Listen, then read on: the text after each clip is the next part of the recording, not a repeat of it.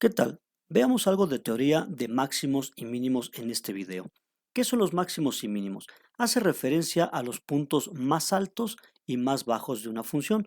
Por ejemplo, este punto y este punto son los puntos bajos de esta función, se llaman mínimos de la función. Mientras que los puntos más altos, por ejemplo, este y este, se conocen como máximos de una función. A estos puntos se les conoce como máximos y mínimos. Y tenemos máximos y mínimos locales y también tenemos máximos y mínimos relativos o simplemente se les llama absolutos y relativos. ¿Cuáles son los absolutos y cuáles son los relativos? El máximo o la parte más alta de la función en todo un intervalo se le conoce como el máximo absoluto, el que está más arriba de todos. Y el que está más abajo de todos en ese mismo intervalo se le conoce como mínimo absoluto, mientras que todos los demás simplemente se les van a considerar máximos o mínimos locales o relativos. Una función podría tener 20 máximos, pero solo uno de ellos sería el absoluto. Y al igual, mínimos podría tener una gran cantidad de mínimos, pero solo uno de estos sería el absoluto, que son los que normalmente nos interesan para resolver algunos problemas de optimización en el cálculo. Veamos, lo interesante aquí sería cómo encontramos estos valores máximos y mínimos. Bueno, si nosotros nos vamos a la definición de la derivada, encontraríamos que una derivada es la pendiente de una recta tangente a una curva. Por ejemplo, aquí marco en color verde varias pendientes o más bien varias tangentes a esta curva en varios puntos, por ejemplo, estas que están aquí en color verde. Nosotros observamos cómo unas van hacia abajo y unas van hacia arriba.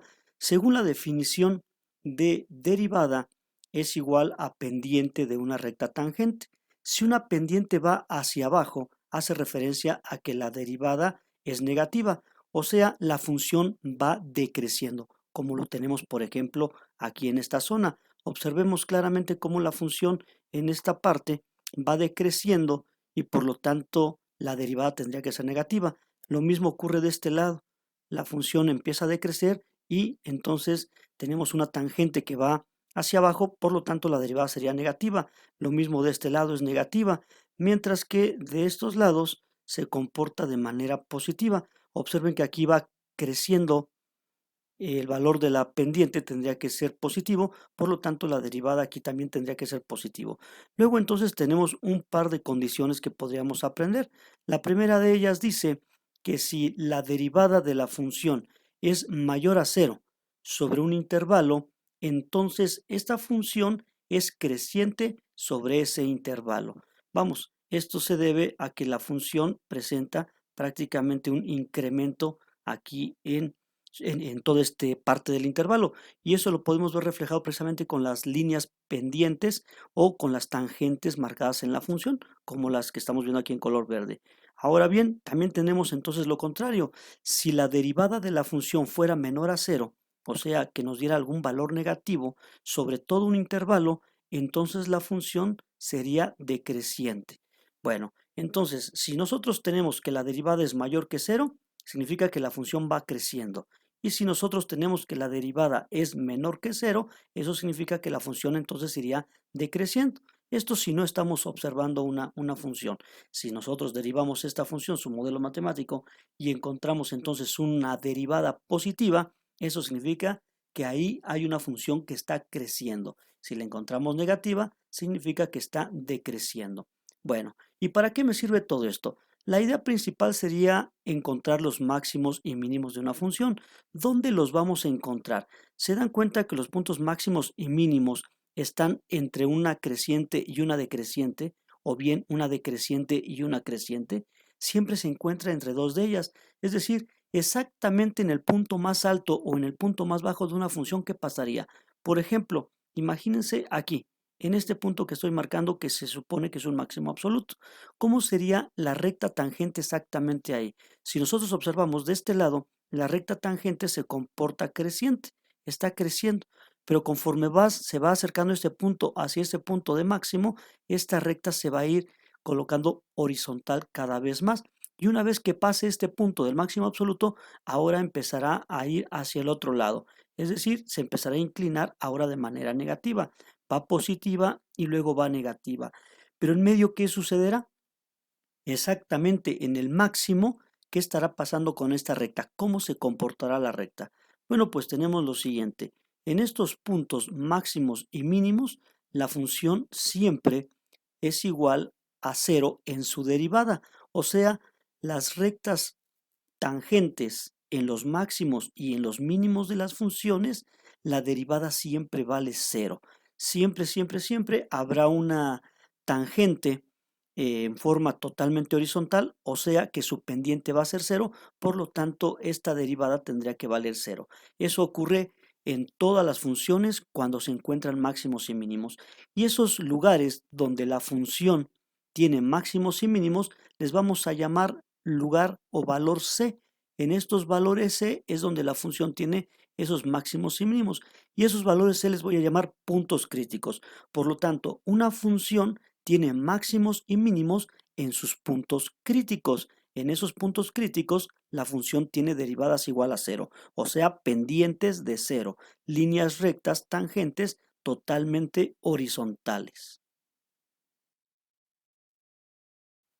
Prueba de la primer derivada. Dice lo siguiente.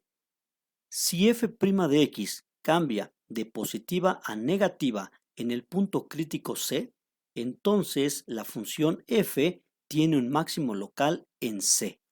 Y también nos dice que si f' de x cambia de negativa a positiva en el punto crítico C, entonces f tiene un mínimo local en C. Según lo que platicamos hace un momento, esto tendría que suceder. Si yo voy en una función creciendo y luego empieza a decrecer, es porque se encontró un máximo en ese lugar. De lo contrario, si viene decreciendo y después empieza a crecer, es porque ahí se topó con un mínimo en esos lugares llamados puntos críticos o puntos C. Veamos los siguientes gráficos. Aquí se ve claramente lo que está diciendo la prueba de la primera derivada. El inciso A hace referencia a un máximo local.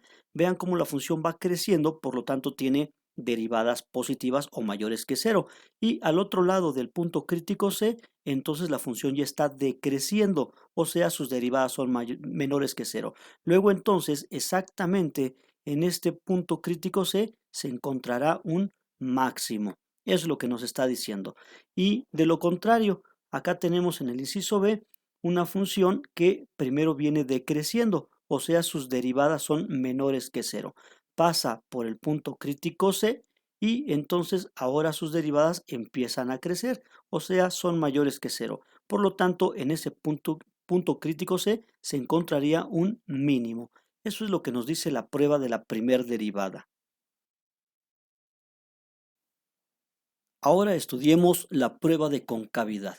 Dice así: si la gráfica de una función f de x quedara por arriba de todas sus rectas tangentes sobre un intervalo y, entonces se dice que es cóncava hacia arriba sobre y. Y de lo contrario tendríamos, si la gráfica de f de x quedara por abajo de todas sus rectas tangentes sobre un intervalo y, entonces se dice que es cóncava hacia abajo. Veamos un esquema. Aquí tenemos en el inciso A, dice que una función será cóncava hacia arriba si las tangentes, aquí las observamos claramente, están todas ellas por debajo de la curva. Aquí es donde nos dice, si la gráfica queda por encima, las tangentes quedan por debajo, entonces se dice que es cóncava hacia arriba. Y lo contrario, si las tangentes están por encima, luego entonces la curva quedará por debajo, como aquí no los establece, entonces dice que la concavidad será hacia abajo. Y también podríamos decir lo siguiente. Si hacemos una segunda derivada, podríamos calcular la concavidad fácilmente. Dice así, si la segunda derivada es mayor que cero, o sea, si nos arroja un valor positivo para toda x en el intervalo y, la gráfica de f es cóncava hacia arriba sobre ese intervalo. Vean entonces cómo con la prueba de la segunda derivada podríamos determinar también si la concavidad es hacia arriba o hacia abajo. ¿Cómo sería hacia abajo? Bueno, si la segunda derivada es menor que cero, o sea, obtenemos valores negativos para toda x en y, la gráfica de f es cóncava hacia abajo sobre ese intervalo y. Con la segunda derivada entonces podríamos fácilmente saber si una función es cóncava hacia arriba o cóncava hacia abajo. Veamos ahora qué es un punto de inflexión. Un punto P sobre una curva f de x se llama punto de inflexión si f es allí continua y la curva cambia de cóncava hacia arriba a cóncava hacia abajo o viceversa, es decir, de cóncava hacia abajo a cóncava hacia arriba en el punto P. Veamos, aquí tenemos un esquema como una función lleva una concavidad hacia arriba y después la lleva hacia abajo. ¿Cómo sabemos esto? Bueno, si trazamos las tangentes, tendríamos como la tangente prácticamente está por debajo y ya después la tangente ahora está por encima. Luego entonces en esta zona tiene concavidad, aquí tiene concavidad hacia arriba, mientras que de este lado tiene concavidad hacia abajo. Luego entonces, como esta función está cambiando de concavidad de ya sea arriba abajo o abajo arriba, entonces existe un punto entre los cambios de esta concavidad llamado punto de inflexión. El punto P al que se refiere estaría más o menos aquí, que es donde la función cambia prácticamente de concavidad. A eso se refiere con punto de inflexión. Ojo, no confundir aquí en este caso los puntos de inflexión con los puntos críticos. Un punto crítico es aquel que tiene un máximo o un mínimo. Si nosotros nos damos cuenta en esta gráfica, la función es creciente de este lado del punto de inflexión y también al otro lado del punto de inflexión sigue siendo creciente, mientras que un punto crítico va de creciente a decreciente o al revés, pero en la inflexión se va a mantener, ya sea las tangentes van hacia arriba, o sea, siempre es creciente, o van hacia abajo, siempre es decreciente. Mas, sin embargo, en un punto crítico eso no sucede. Entonces, no confundir un punto de inflexión con un punto crítico. Por último, veamos la prueba de la segunda derivada. Dice así: si la primera derivada es igual a 0 y la segunda derivada es mayor que 0, entonces la función f tiene un mínimo local en C. Y aquí vemos, si nosotros tenemos que la primera derivada es igual a 0, entonces existe un punto crítico en ese momento. Y si la segunda derivada nos da un valor positivo o bien mayor que 0, entonces la función tendría en ese punto crítico un mínimo local.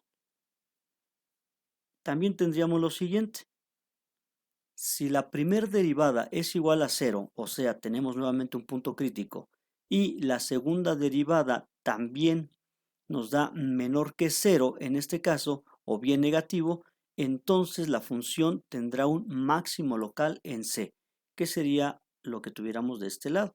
Si nosotros aquí tenemos un punto crítico, o sea, una primera derivada igual a 0, y nosotros tenemos que la segunda derivada es negativa, entonces se dice que se trata de un máximo en ese momento. Por último, podemos anexar lo siguiente: si la segunda derivada no es positiva, tampoco negativa, en lugar de ello esta es igual a 0, entonces se dice que f tiene un punto de inflexión, que en este caso lo encontraríamos en este punto. Aquí es donde se cambia la concavidad, concavidad hacia arriba, concavidad hacia abajo, por lo tanto aquí tendríamos un punto de inflexión. Y este punto lo podemos encontrar donde la segunda derivada sea igual con 0. Bien, pues hagamos un ejemplo donde apliquemos toda esta teoría que hemos aprendido hasta ahora. Dice así: dada la función f de x igual a 2x cúbica más 3x cuadrada menos 36, obtener, inciso A, los puntos críticos, inciso B, máximos y mínimos, inciso C, puntos de inflexión, inciso D, la creciente y decreciente de la función, y por último, inciso E, la concavidad. Vamos, obtengamos todo lo que hemos aprendido para este ejercicio para que te quede un poco más claro. Empecemos con los puntos críticos. Aquí ya lo tengo, mira. Puntos críticos. Primero tenemos la función. Decimos que la función f de x es igual a 2x cúbica más 3x cuadrada menos 36. Donde hallamos los puntos críticos donde la derivada sea igual a 0. Por lo tanto, vamos a iniciar por derivarla. La derivada de 2x cúbica son 6x cuadrada. La derivada de 3x cuadrada, 6x, y la de menos 36x, menos 36. Creo que con esto ya no tenemos problemas. Una vez que ya derivamos, entonces vamos a aplicar esta reglita que dice que donde la derivada sea igual a 0 es donde estarán los puntos críticos. Recuerda la teoría que acabamos de ver. Entonces para eso vamos a igualar la derivada, que es 6x cuadrada más 6x menos 36, con 0. Igualemos estas dos partes. Ahora bien, una vez que hemos igualado, vamos a resolver la ecuación que se ha generado. Si te das cuenta, es una ecuación de segundo grado. Luego entonces podemos utilizar la técnica de factorización. Para eso primero voy a factorizar un 6 que está aquí afectando a todos. Quedaría 6 por x cuadrada más x menos 6 igual a 0. Si nosotros despejamos este trinomio de este 6, quedaría entonces 0 sobre 6. Por lo tanto, x cuadrada más x menos 6 tendría que ser igual a 0. Bien, ahora aplicamos la factorización para resolver una ecuación de segundo grado. Recuerda que puedes utilizar varias técnicas, entre ellas fórmula general, pero nosotros queremos utilizar ahorita factorización. Dos números que multiplicados nos dan x cuadrada es x con x, dos que multiplicados nos dan menos 6, podría ser menos 2 y más 3, y la suma entre menos 2 y más 3 es igual a más 1. Luego entonces ya lo tenemos factorizado. Una vez que factorizamos, vamos a despejar de cada uno de estos factores a x. Recuerda que si es una ecuación de segundo grado, debe tener dos raíces. Despejando del primer factor tendríamos x menos 2 es igual a 0, por lo tanto la primera raíz sería x igual a 2. Hacemos lo mismo para el segundo factor, x más 3 igual con 0. Tendríamos entonces x más 3 es igual a 0. Si despejamos de ahí tendríamos que x es igual a menos 3. Luego entonces ya encontramos las dos raíces de la solución, o bien llamados puntos críticos. Es decir, la función habría de tener dos puntos críticos, dos lugares donde habríamos de encontrar máximo o mínimo. Ahorita vemos qué son. Simplemente en esos momentos, esos son los puntos críticos que nos pide el inciso A. Ya tenemos entonces resuelto el inciso A. Hallar los puntos críticos, estos los vamos a encontrar en 2 y en menos 3 de la función. O sea, nuestra función prácticamente en su dominio habrá de pasar por estos dos lugares y ahí habría de generar máximos y mínimos. Hagamos el ejemplo B o el inciso B. Dice obtener los máximos y los mínimos. Ya lo tengo aquí resuelto. Hacemos lo siguiente. Para obtener máximos y mínimos vamos a utilizar la prueba de la segunda derivada que también ya estudiamos. Entonces para ello vamos a iniciar por derivar una vez más. La primera derivada decíamos que era 6x cuadrada más 6x menos 36. Si esto lo volvemos a derivar, para conseguir esta segunda derivada tendríamos derivada de 6x cuadrada 12x, derivada de 6x 6 y derivada de menos 36 es igual a 0. Luego entonces vamos a sustituir en la segunda derivada los puntos críticos que hemos obtenido. Recuerden que los puntos críticos fueron 2 y menos 3. Si yo sustituyo 2, tendríamos f' de 2 es igual a 12 por 2 más 36. Esto es igual a 24 más 6 son 30. Por lo tanto, la segunda derivada evaluada en 2 nos daría 30. Y la segunda derivada en el punto crítico de menos 3. Sustituimos, tendríamos 12 por menos 3 más 6. 12 por menos 3 son menos 36, más 6 nos da menos 30. ¿Qué significa esto? Recuerden lo que vimos de la segunda derivada. Si la segunda derivada, el resultado de evaluar en un punto determinado, en este caso el punto crítico, nos da mayor a 0 o bien algo positivo, significa que ese punto crítico entonces es un mínimo. Ya tenemos eso ahorita en esos momentos aquí, que entonces en exactamente x igual a 2 tenemos un mínimo. Y por el otro lado, cuando yo sustituyo el otro punto crítico que es menos 3 en la segunda derivada, me arrojó menos 30, es decir, es menor que 0. Si la segunda derivada nos da un negativo o menor que 0, eso significa que entonces en ese punto crítico tendríamos un máximo. Ya tenemos entonces concluida esta parte, miren. Hasta ahora nos hemos dado cuenta que hay dos puntos críticos en la función, 2 y menos 3. Exactamente en 2 tenemos un mínimo y en menos 3 tenemos un máximo. Ya hemos encontrado entonces máximos y mínimos de la función, en este caso usando la prueba de la segunda derivada. Vamos a calcular ahora el inciso C, los puntos de inflexión.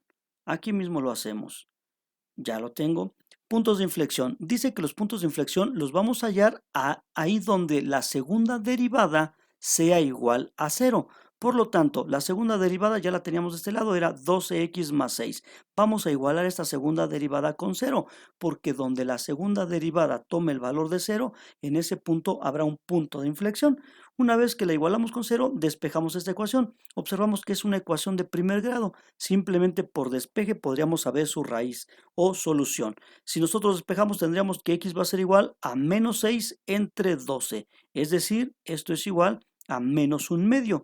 Por lo tanto, la segunda derivada, cuando nosotros la igualamos con cero, encontramos que se obtiene su valor en exactamente menos un medio. Si nosotros evaluamos la segunda derivada en menos un medio, obtenemos que esto es igual a cero. Es decir, exactamente la segunda derivada vale cero cuando x vale menos un medio. ¿Qué significa eso? Que en x igual a menos un medio tenemos un punto de inflexión.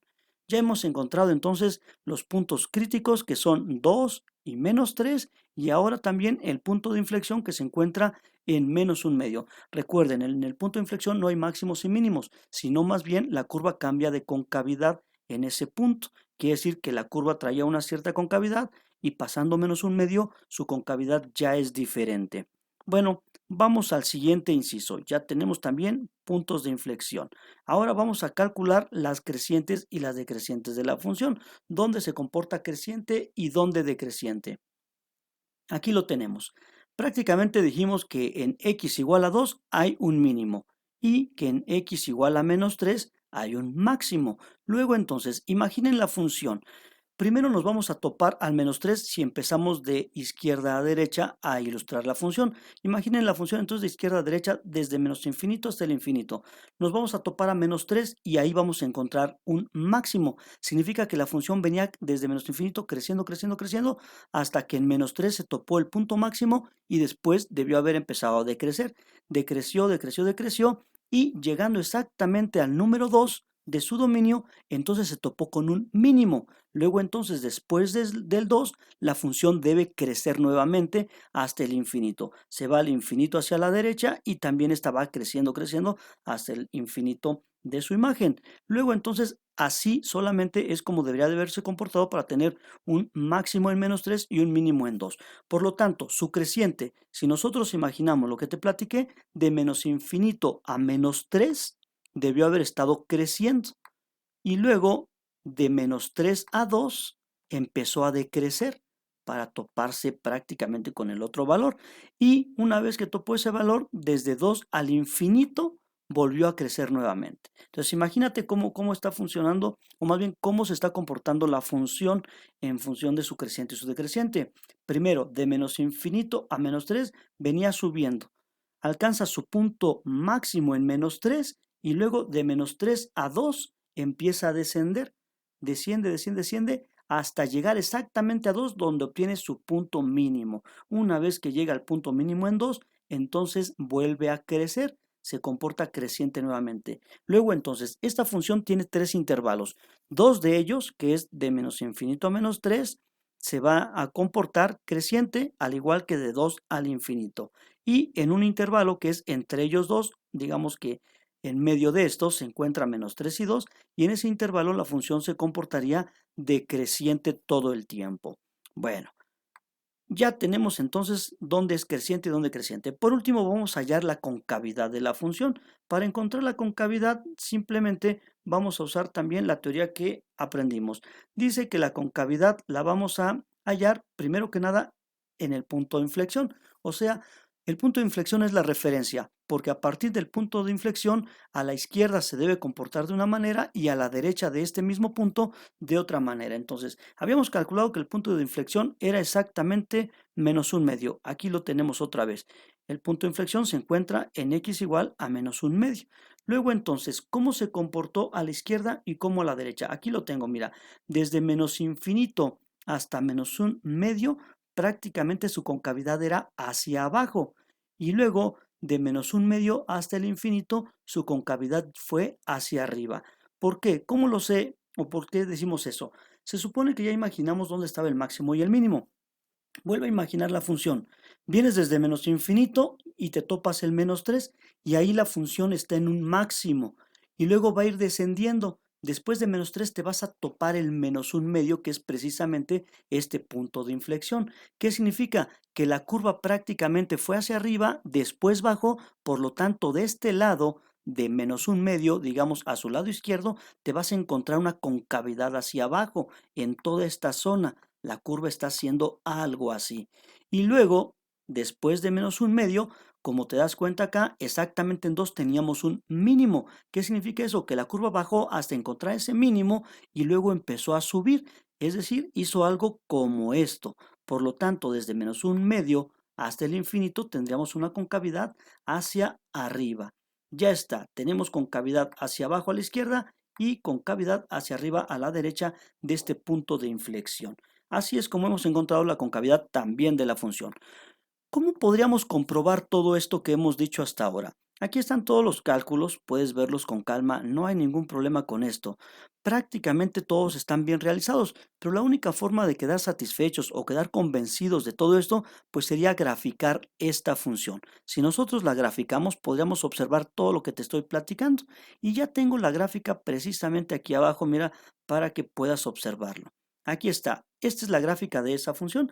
Si te das cuenta, mira, veníamos desde menos infinito de este lado y nos fuimos hasta el infinito de este lado. ¿Qué sucedió?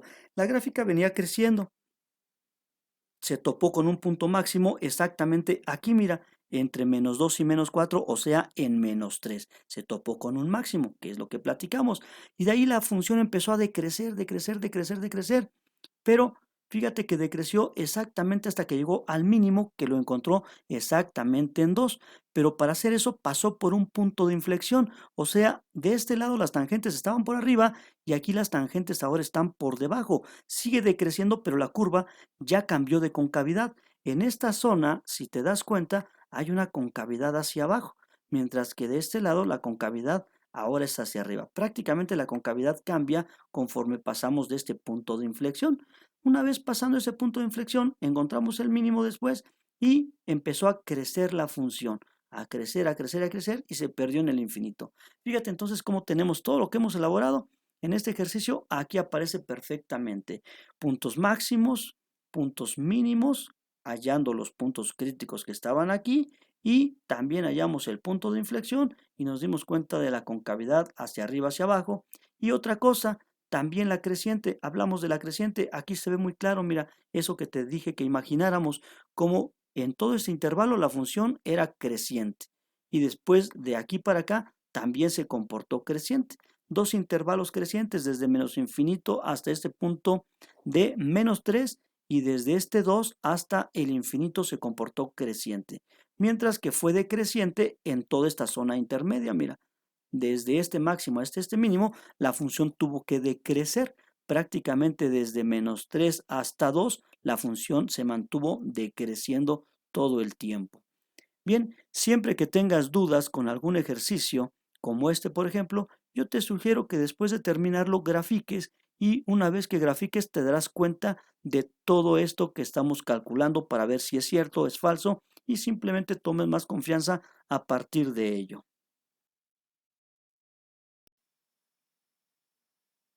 Aquí llegamos al final de este video. No olvides dar clic en el enlace practicar y realizar todos tus ejercicios. Nos vemos en el siguiente video.